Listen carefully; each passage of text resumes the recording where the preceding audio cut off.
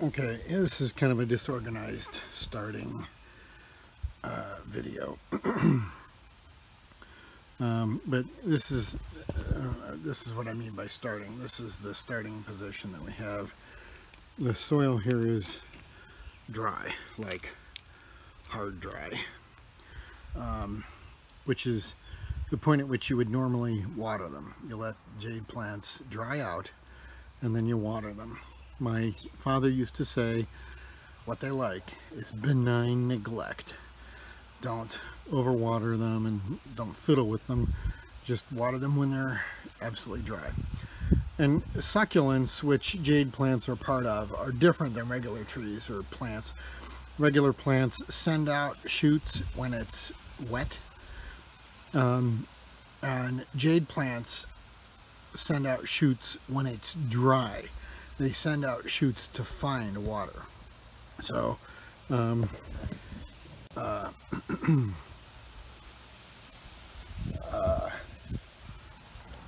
so that's kind of the core where we start with stuff. I've just got cutters here. I've got two kinds. There's no magic in the kind of cutters. Do not pay extra for them. But don't get cheap ones that don't. You need ones where the blades come together, where they touch. You don't want to get a crappy cut that leaves a ragged edge. There's a pot. There's another pot. There's another pot. And here's a ton of little teeny tiny pots that I bought on eBay. And yes, if you didn't already back up the video, those are smashed. And I'm using those pieces for the inside of a pot, like this one, or this one, where it's good to have some drainage, gravel or something like that over the drain holes, so they drain, but the water just doesn't run out. You'll see what I mean by that in a little bit. So that's the beginning. I will point out, I have maybe two kinds of jade trees. I'm going to walk around here on the other side of this. This is the main one with pretty plain leaves. You can see the edges of the leaves, you can see it here, are a little red. There's like a red margin on them.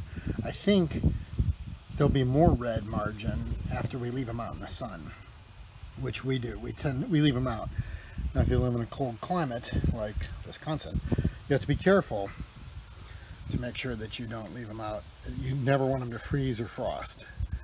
So be careful of that. Also, you know, if you're in a position where there might be heavy winds, that's another deal. This might be a different species. These were planted at about, all of these were planted at about the same time. So you can see that one didn't grow as fast as these, but these really didn't. These might even be older than the other ones. And their leaves are slightly different. They have kind of a mottling or something on them. I don't know if they're a different species or they have some kind of condition, or maybe just that individual specimen is weird.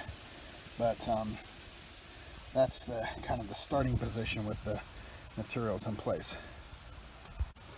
Okay, I'm going to talk through the plan here. This is before I get into the dirt and see what's actually beneath the surface, but the plan, let's see if I can, there we go, that's a little better. The plan is to make this one, this one, this one, this one, and this little group here, oops, sorry, this little group here, separate. We got 1, 2, 3, 4, 5 pot requirement. Now you notice the tool that I'm using for this. This is not a bone-sized screwdriver.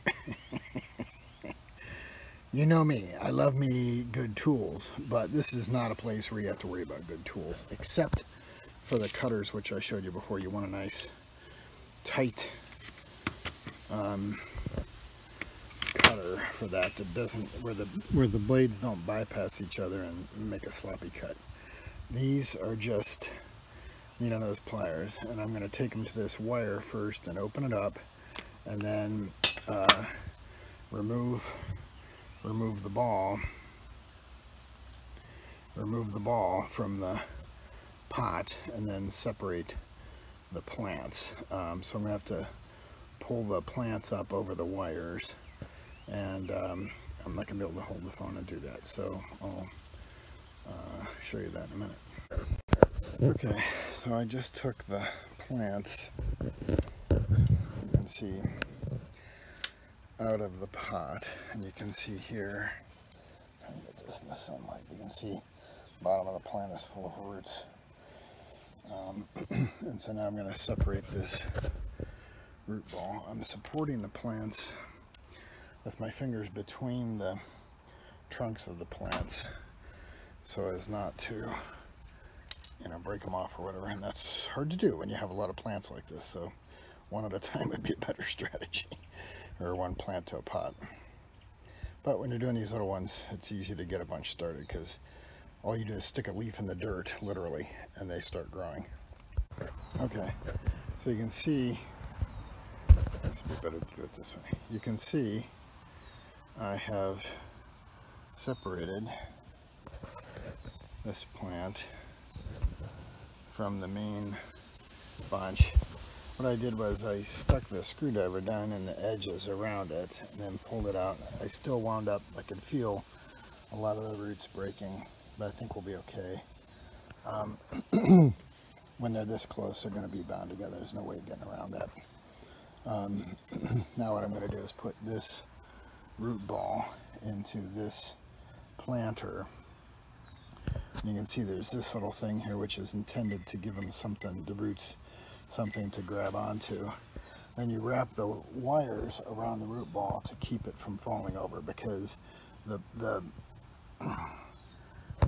bonsai pots are shallow, so the plant doesn't have enough root base, especially when you're starting, when it's newly in a new pot. It doesn't have enough root base to make it around. So what I'm going to do is I'm going to put some of these broken shards into the bottom over the hole, just so that dirt doesn't fall out through the hole, and it slows drainage just a tad. And then I'm going to put potting soil. This is just Miracle-Gro potting soil in the blue bag. It's moisture control in there to go around the tree so that it fills the pot and the new pot. And then I will and then I'll wrap those wires around it to keep it upright.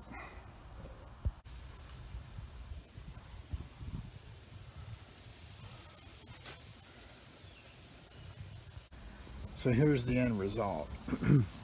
Got two groupings of smaller jade trees in that pot. One in that pot, one, probably the tallest one in that pot, and then one here which I've been working on getting to branch in this pot.